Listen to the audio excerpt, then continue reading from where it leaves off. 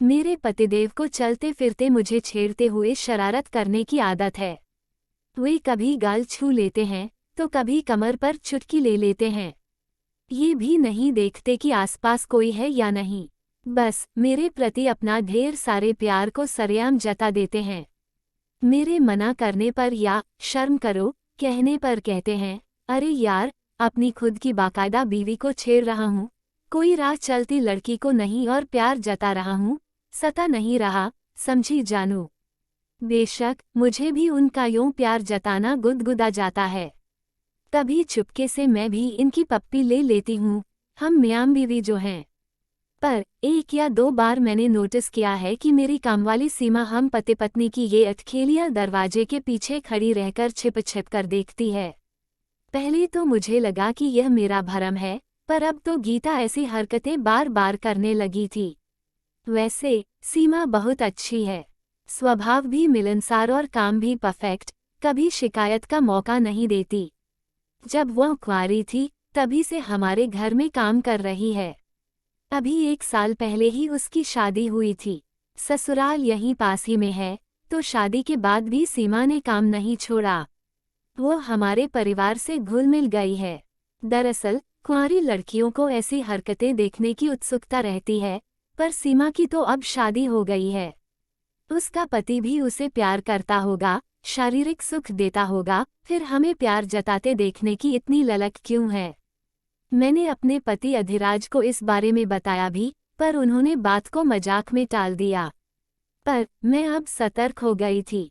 जब सीमा काम करने आती थी तब मैं अपने पति से दूरी बनाने की कोशिश करती थी। यूं ही साल भर बीत गया। एक दिन बिना बताए सीमा काम पर नहीं आई।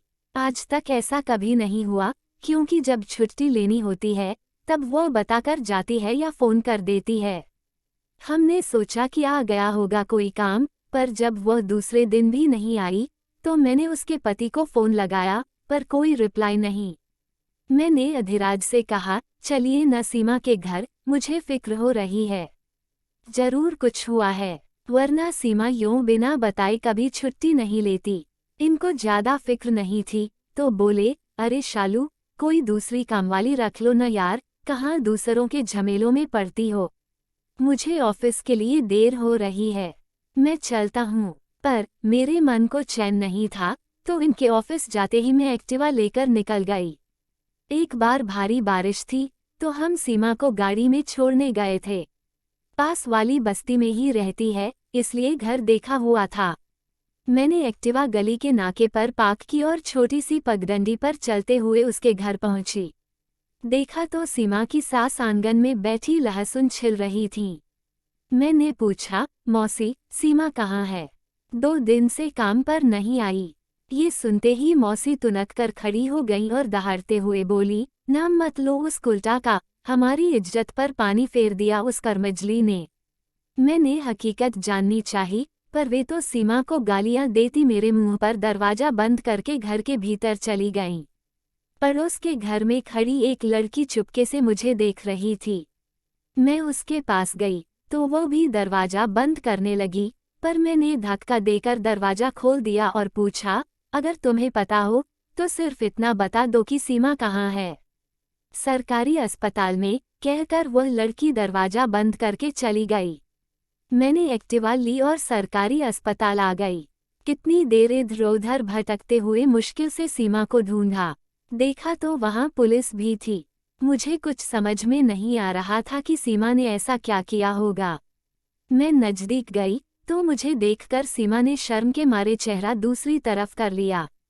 मैं एक कुर्सी पर बैठ गई और सीमा से कहा, इधर देखो। सीमा नजरें झुकाए बोली, मैडम, आप यहाँ। मैंने कहा, जब तुमने कोई खबर नहीं दी तो मुझे आना ही पड़ा। बताओ भी क्या हुआ है? कहीं गिरविर गई या किसी ने मारा? एक एक बात बताओ। सीमा ने कहा, मैडम, सब बताऊंगी, थोड़ी ठीक हो जाऊं, फिर घर आती हूँ। यहाँ कुछ बताना ठीक नहीं। मेरी बात सुनकर आप ही इंसाफ करना कि मैं सही हूँ या गलत। मुझे लगा कि शायद कोई गंभीर बात है, इसलिए मैंने कहा, ठीक है, मैं इंतजार करूंगी। ये ले 5,000 रुपये रख और किसी भी चीज़ की ज़रूरत हो तो फ़ोन करके बता देना, और मैं घर आ गई। सबसे पहले जब तक सीमा ठीक होकर वापस नहीं आती, तब तक किसी दूसरी कामवाली का इंतजाम करना पड़ेगा। इंटरकॉम पर पूरी सोसाइटी से पूछ लिया। सविता नाम की एक कामवाली मिल गई। मैंने अपने पति को सीमा के बारे में बताया, पर हमदर्दी के बदले डांट मिली। यार, अब नई कामवाली मिल गई न, छोड़ो कि सीमा की लाइफ में क्या हुआ, वो जानने की तुम्हें क्या जरूरत है। फिर भी मेरे मन में सीमा के प्रति अपनापन था। सालों से वह हमारी जिंदगी का हिस्सा रही है। अगर वो किसी मुसीबत में है तो हमारा फर्ज बनता है उसकी मदद करना। आहिस्ता आहिस्ता 2 महीने बीत गए। एक दिन अचानक सीमा का फोन आया। मैडम, आप घर पर हैं क्या? मैंने कहा, हाँ, घर पर ही हूँ। वह बोली, अभी आई। गैस पर चाय चढ़ाकर मैं सीमा की कहानी सुनने के लिए खुद को तैयार करने लगी कि दरवाजे की घंटी बजी। सीमा ही थी। मैंने पूछा, कैसी हो अब? मैडम, तन के घाव तो ठीक हो गए, मन में जो पीड़ा और जलन है उसका इलाज कैसे करूं? मैंने पानी और चाय पिलाकर सीमा को शांत करवाया। मैंने भी चाय पी और कहा, चल अब दोनों शांति से बात करते हैं, बता। सीमा ने कहा, मैडम, सबसे पहले आप बताइए कि क्या सिर्फ पेट की भूख ही तन को जलाती है? जवान खून को तन की प्यास भी लगती है कि नहीं? सेक्स के लिए शारीरिक जरूरत जितनी मर्दों को जलाती है, उतनी ही औरतों को भी जलाती है कि नहीं? शादी के बाद भी इस जोश का इलाज न हो तो औरत को क्या करना चाहिए? मैडम, मेरी शादी को 2 साल हो गए हैं, पर अभी तक कुंवारी हूँ। मेरा पति संजय नामर्द है। आज तक उसने मुझे छुआ तक नहीं। मेरे भीतर का जोश लावा की तरह धधक रहा है। अगर यही सब मर्द के साथ होता तो अपनी जरूरत पूरी करने के लिए वो कहीं भी मुंह मारता कि नहीं? कौन इस तन की आग से बच पाया है? एक लड़की कितने सपने आंखों में भरकर शादी करती है, पति के प्यार को तरसती है, पर मेरे नसीब खोटे कि मुझे एक ऐसा पति मिला जो औरत की जिस्मानी जरूरत पूरी करने में नाकाम है। मैंने कहा, सीमा, तू इस बिना पर अपने पति से तलाक ले सकती है और दूसरी शादी कर सकती है। सीमा ने कहा, मैडम, हमारे समाज में एक बार लड़की जिस घर में ब्याह दी जाती है, वहीं से उसकी अर्थी उठती है। तलाकशुदा लड़की का पूरा समाज बहिष्कार करता है। मैडम, इसी नामर्द के साथ मुझे जिंदगी बितानी होगी, तिल तिल मरना होगा। मेरे जेठ जेठानी का कमरा हमारे कमरे के पास ही है। आधी रात तक उन दोनों के कमरे से आ रही प्यार की मदभारी आवाजें मेरे कानों में ऐसे चुभती हैं जैसे धधकता लावा किसी ने मेरे कानों में उड़ेल दिया हो। जेठ जी के बदन मसलने पर जेठानी के मुंह से निकलती आहें और सिसकियां मेरे भीतर हवस की ज्वाला भड़का देती हैं। मैं बेकाबू सी अपने पति से लिपटकर उनको जोश में लाने की कोशिश करती हूँ, पर उस ठंडे समंदर में उफान उठता ही नहीं। आपको शायद पता होगा कि साहब जब आपको छेड़ते और शरारत करते थे, तब मैं चुपके से देखती थी। आपको देखकर मेरा भी मन करता कि कोई मुझे भी छेड़े, मुझे भी प्यार करे। एक दिन मेरे ताऊ ससुर का लड़का कर्ण घर आया था, एकदम बांका जवान। उसके गठीले बदन को देखकर मेरे भीतर खलबली मच गई। उसकी नज़र मेरे ऊपर पड़ते ही मैंने होठों पर जीभ रगड़कर अपनी प्यास जाहिर कर दी। फिर तो वह बार बार हमारे घर आने लगा। हम दोनों एक दूसरे को जी जान से चाहने लगे। एक दिन मेरी बुआ सास की लड़की की सगाई थी, तो घर के सारे लोग पड़ोस के गांव जा रहे थे, पर मैं पेट दर्द का बहाना बनाकर घर पर ही रुक गई। फिर जैसे ही सब गए, मैंने कर्ण को अपने घर बुला लिया और उस दिन मैंने अपने कुंवारेपन को कर्ण को सौंप दिया। मैं जानती हूँ कि मैंने गलत किया और शादीशुदा होकर एक गैरमर्द के साथ रिश्ता बनाया, पर परंपरा के नाम पर अपने एहसासों का खून मुझे हरगिज मंजूर नहीं था। इस पूरे कांड में गलती सिर्फ मेरे पति संजय की थी, जिसने जानबूझकर मेरी जिंदगी खराब की। इसलिए मैंने अपनी आग बुझाने का जो रास्ता सही लगा वह अपनाया। उस दिन मैंने और कर्ण ने जी भरकर एक दूसरे पर प्यार लुटाया। उसके बाद जब भी मौका मिलता, कर्ण मेरी शारीरिक जरूरत पूरी कर देता। मैडम, मैंने सिर्फ सेक्स के लिए कर्ण से रिश्ता नहीं बनाया, बल्कि हम दोनों एक दूसरे से दिलोजान से प्यार करते हैं। लेकिन एक दिन मैं और कर्ण घर की छत पर एक दूसरे के प्यार में पागल होते खो गए थे कि मेरे पति ने हमें ऐसी हालत में देख लिया। वह पास ही पड़ी लाठी उठाकर मुझे पीटने लगा, पर मैं दिलजली अधूरी प्यासी थी, इसलिए उसके हाथ से लाठी छीन कर मैं उस नामर्द पर ऐसे टूट पड़ी कि सारी हड्डियों का चूरमा बना दिया। अब आप ही बताइए कि मैंने क्या गलत किया।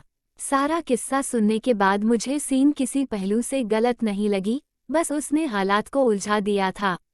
मैंने सीमा को समझाने की कोशिश की, तुम और संजय आमने सामने बैठकर इस मसले का हल निकाल लो। सीमा ने कहा, मैडम, अब जो भी अंजाम हो, पर मैं उस नामर्द के साथ एक दिन भी नहीं बिता सकती। कुछ भी करके इससे छुटकारा पाना चाहती हूँ और कर्ण के साथ अपनी जिंदगी बिताना चाहती हूँ। परिवार और समाज के डर से मुझे अपनी जिंदगी धोनी नहीं, बल्कि जश्न सी जीनी है। सीमा की आंखों में प्यार की खुमारी और हिम्मत को देखकर मैंने सीमा की जगह खुद को रख कर देखा तो किसी पहलू से सीमा मुझे गलत नहीं लगी। मैंने उससे कहा, देखो, तुम गलत बिल्कुल नहीं हो। प्यार और जंग में सब जायज है। शादी टूटने में हर बार औरत ही जिम्मेदार नहीं होती, बल्कि इस तरह थोपा गया रिश्ता टूट जाए वही सही है।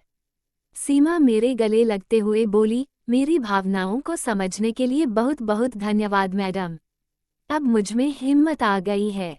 मैडम, जब तक यह मामला सुलझ न जाए, तब तक शायद काम पर न आ सकूंगी, पर वादा करती हूँ कि सब ठीक होते ही वापस काम पर लौटाऊंगी। कहकर सीमा चली गई। इस बात को 5 महीने हो गए थे।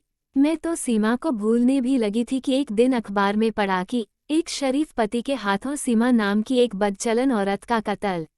मैंने तस्वीरें ध्यान से देखी और मन ही मन बोली कि यह तो मेरी वाली सीमा है।